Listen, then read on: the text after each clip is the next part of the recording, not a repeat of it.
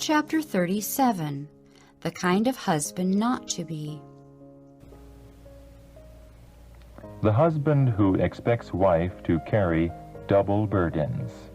In most families, there are children of various ages, some of whom need not only the attention and wise discipline of the mother, but also the sterner, yet affectionate influence of the father. Few fathers consider this matter in its due importance. They fall into neglect of their own duty, and thus heap grievous burdens upon the mother, at the same time feeling at liberty to criticize and condemn her actions according to their judgment. Under this heavy sense of responsibility and censure, the poor wife and mother often feels guilty and remorseful for that which she has done innocently or ignorantly, and frequently when she has done the very best thing possible under the circumstances. Yet when her wearisome efforts should be appreciated and approved, and her heart made glad, she is obliged to walk under a cloud of sorrow and condemnation because her husband, while ignoring his own duty, expects her to fulfill both his own and his to his satisfaction, regardless of preventing circumstances.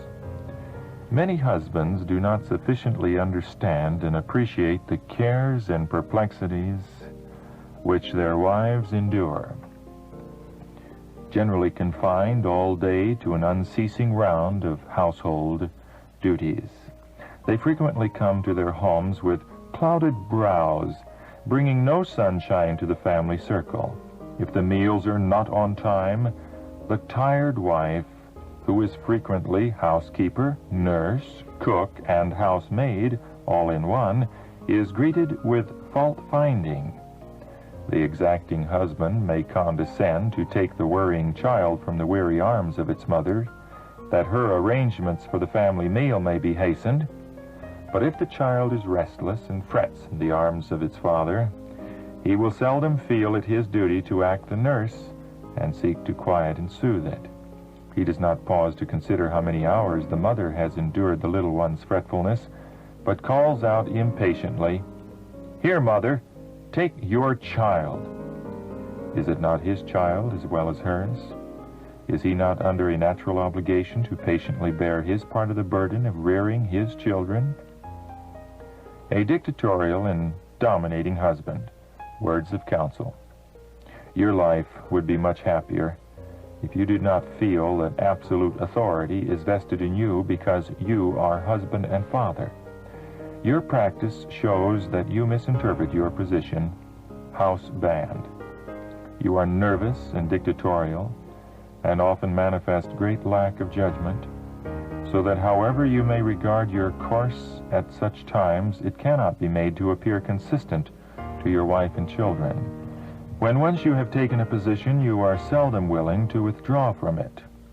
You are determined to carry out your plans, when many times you are not pursuing the right course, and should see it. What you need is more, far more, of love, of forbearance, and less of a determination to have your way both in word and in deed. In the course you are now pursuing, instead of being a house band, you will be as a vice to compress and distress others. In trying to force others to carry out your ideas in every particular, you often do greater harm than if you were to yield these points. This is true even when your ideas are right in themselves. But in many things, they are not correct. They are overstrained as the result of peculiarities of your organization. Therefore, you drive the wrong thing in a strong, unreasonable manner. You have peculiar views in regard to managing your family. You exercise an independent, arbitrary power which permits no liberty of will around you. You think yourself sufficient to be head in your family and feel that your head is sufficient to move every member as a machine is moved in the hands of the workman. You dictate and assume authority. This displeases heaven and grieves the pitying angels. You have conducted yourself and your family as though you alone were capable of self-government. It has offended you that your wife should venture to oppose your opinion or question your decisions. Husbands, give your wives a chance for their spiritual life. By many, the disposition to fret is encouraged until they become like grown-up children. They do not leave this portion of their child life behind them. They cherish these feelings until they cramp and dwarf the whole life by their garrulous complaints, and not only their own lives, but the lives of others also. They carry with them the spirit of Ishmael, whose hand was against everybody, and everybody's hand was against him. The selfish and morose husband. Brother B is not of a temperament to bring sunshine into his family. Here is a good place for him to begin to work. He is more like a cloud than a beam of light. He is too selfish to speak words of approval to the members of his family, especially to the one of all others who should have his love and tender respect. He is morose, overbearing, dictatorial. His words are frequently cutting and leave a wound that he does not try to heal by softening his spirit, acknowledging his faults, and confessing his wrongdoings. Brother B should soften. He should cultivate refinement and courtesy. He should be very tender and gentle toward his wife, who is his equal in every respect. He should not utter a word that would cast a shadow upon her heart. He should begin the work of reformation at home. He should cultivate affection and overcome the coarse, harsh, unfeeling, and ungenerous traits of his disposition.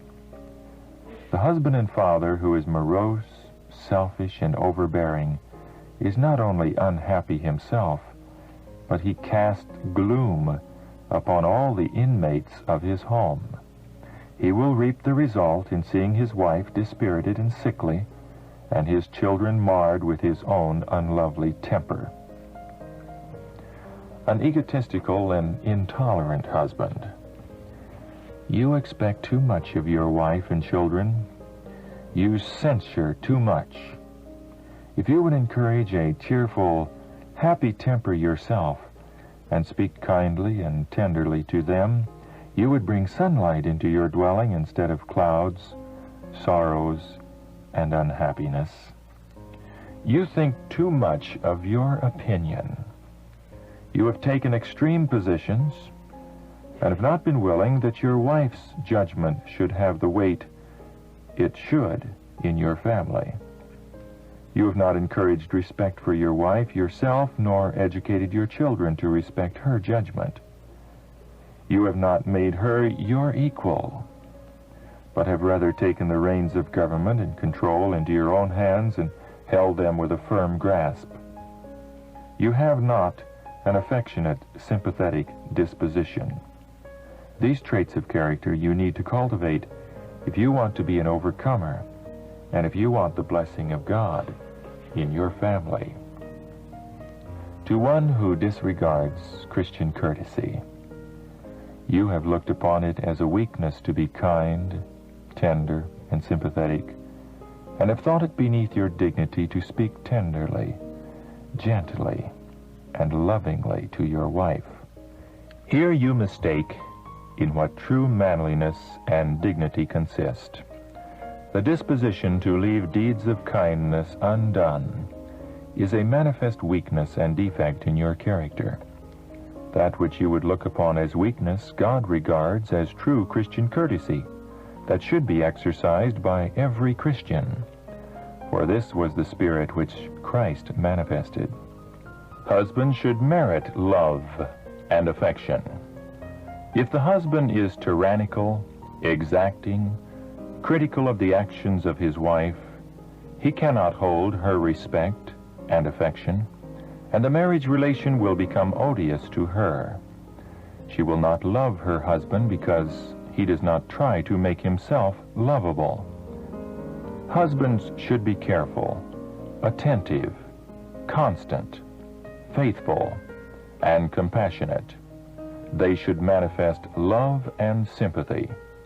When the husband has the nobility of character, purity of heart, elevation of mind that every true Christian must possess, it will be made manifest in the marriage relation.